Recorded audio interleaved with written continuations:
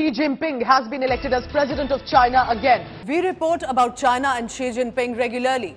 So what does the Chinese media and internet think about India and our Prime Minister Narendra Modi? Let's find out. This report by The Diplomat quotes Chinese netizens' reactions to say that Prime Minister Narendra Modi is referred to as Laoxian, which loosely translates as elderly immortal with strange abilities. Quite a choice of a word there. Now this nickname reflects curiosity, interest, admiration, and definitely a big buzz about India among the Chinese netizens. The nickname implies that Chinese netizens think possibly that Prime Minister Narendra Modi is different, even stronger than the leaders at present world over. The keywords that are often seen in these discussions are the way he dresses up, the physical appearance, his body language as a Prime Minister seen as Laoxian-like for the decisions that he has taken.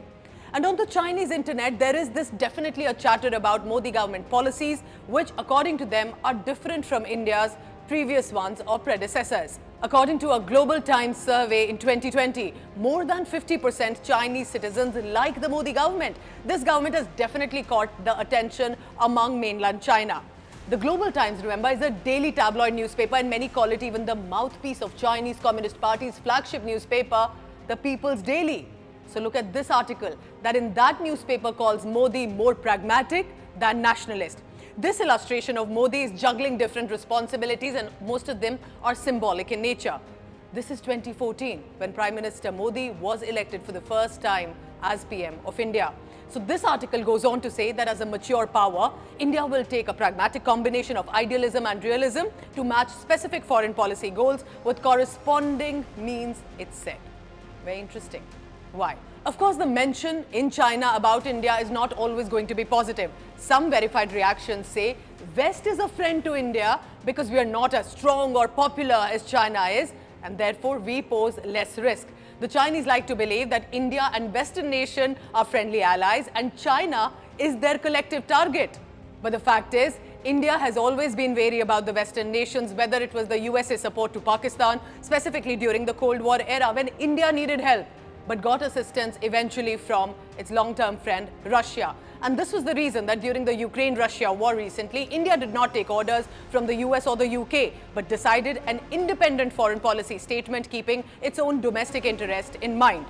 According to these netizens in China, if India one day becomes the world's second largest economy and its military strength continues to develop, then the United States will be sure to suppress India too. Now that's something that we must ponder upon. So some facts for you. As per the World Economic Forum, India's GDP growth for the last year was 7%, making it one of the world's best performing economies. By comparison, World Bank projects the world economy will grow just by 1.7% this year. This is the third weakest pace in global growth in almost 3 decades. China also posted a growth figure well below its official target of 5.5%, and it was the worst in history of modern China as per Quads. Now, this article points out that most Chinese people are unfamiliar with Indian society, so they're very curious about our diversity, our increasing population and development in India. Remember, China is ruled by the communist regime. Xi Jinping is now in his 3rd term, so it will be his iron hand and he will turn more dictatorial and likely anti-diversity too. Also to add here, as Xi Jinping takes on 3rd term, China does not have a free media. It's not even free social media. Information is highly restricted to what reaches the netizens and then is leaked out of the country. While you and I have infinite sources, we are scrolling social media 24/7, different websites, and we can find anything that we are looking for. In China, the majority of Western social media platforms are blocked. No Facebook, Twitter, Instagram, Snapchat, YouTube, and a domestic version only of TikTok. The ones we could verify as available and most popular were localized are WeChat and Xiaohongshu. Even today, depending on what the Chinese government views are or Xi Jinping's opinion specifically, news on the subject are seen or not seen at all. For example, there was no leakage of information recently when Xi Jinping met Russian President Vladimir Putin in March in Moscow. It was still official images surfaced of them with a handshake. Could this be a marriage of convenience or a new global world order? India, now in the game, will surely be watching. Let's talk internet. Google has dominant presence in most countries, including United States of America and Russia, except China. where Baidu is largest search engine service. In China, Google accounts for less than 2% market share. Therefore, Chinese and non-Chinese internet are like two different worlds. Censorship by China is so strong that in 2014, during massive Hong Kong protests, there was almost no information emerging to the outside world of what was unfolding. Unlike the censorship in China, Indian internet is still relatively democratic. Pick any issue, you will be able to find its videos, explainers, discussions on that, even if the government may not want it. Speaking at the Raisina Dialogue 2023, Minister for State for Electronics and Information Technology, Rajiv Chandrasekhar, assured Indian internet will be open. It should certainly not be like the Chinese internet. It should be a safe and a trusted space. And we hope the government keeps its word. Ambassador Shyam Saran, an Indian career diplomat, in his recent book, How China Sees India and the World, says China does have a negative perception too about India, which is largely colored by prejudices, limited understanding of India's history and freedom struggle, and how it has been in conflict with China. So what changed in the Chinese media from a 2014 pragmatic Modi headlines to 2023 post Galwan LAC skirmishes?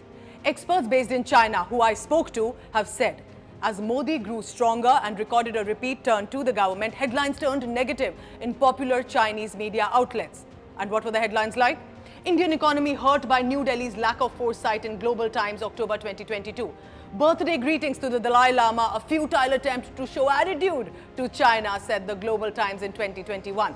Remember, China's biggest irritant is India's shelter to the Dalai Lama and Tibetan refugees. But that support we as Indians are very proud of. Also adding to the headline, India keeps hyping Sinophobia, Modi government showing no intention to fix ties with China, say experts in the Global Times in 2020. Also, Modi needs more sweeping labor reforms to emulate China's factory success, was said way back in 2014. Now, interestingly, China and its media even use the Muslim word to attack India. India's discrimination against Muslims ignored by the West, said Global Times in 2020. This is laughable. China has perpetrated unimaginable horrors on Uyghur Muslims, conversions, education camps, ban on music, complete isolation from cultural beliefs and their family members, and showing no remorse at all. China has ostracized about 11 million Uyghurs. It's a mostly Muslim, Turkic-speaking ethnic group. They live in the northwestern region of Xinjiang. Records suggest that the Chinese government has imprisoned more than 1 million people since 2017. And subjected those not detained to intense surveillance, religious restrictions, forced labor, forced sterilizations even, which means population control. United Nations report has said on China that such actions could amount to crimes against humanity. Shockingly, within India, ideological supporters of the communist parties are heaping praises on dictatorial Xi Jinping and a country that is out to create trouble for India. Led by our own Kerala Chief Minister, who had said this to Xi Jinping. Commendable words, comrade. Now, India-China relations have seen strained economic ties and military border issues. Experts based in China who I spoke to have said positive news about India in general and specific news on Modi have largely come down. But it's the YouTube channels that show that sentiment on the ground is a little different. Many do find India interesting even now. In 2017, this article documented Chinese reaction. So one of the citizens, Park Hui, had said, most Chinese see ancient India as wealthy, powerful, rich in philosophy, but they're not too happy with the increased crime that the statistics show. Most Chinese, in fact, see modern India as a shadow of that glory. Another citizen, Sydney Wong, said, most of Chinese know that Buddhism comes from India. It greatly changed Chinese philosophy. India is a great nation, and if I have time, I would like to study more about the history and culture of India. This got me curious. Chinese Buddhism is the largest institutionalized religion in mainland China, even in Japan. Its origins are in India. Chinese voyagers have documented all of this in details. But have we then let go of our own heritage and history while other nations are giving it so much value today? There is also a lot of interest among the Chinese on King Ashoka, his adventures, him taking up Buddhism and his initiatives. All of that in connection to Buddhism and India. Now, according to ORF, it's a think tank on policy issues, they say that Chinese analysts seem to be somewhat alarmed by the news of India's population surpassing China, because that means India's internal market can become large enough. Penetration and popularity of mobile internet in India is way higher than that in China, which means possibly propelling an information technology-driven economic development in India that might outperform China's development experience in terms of quality and pace.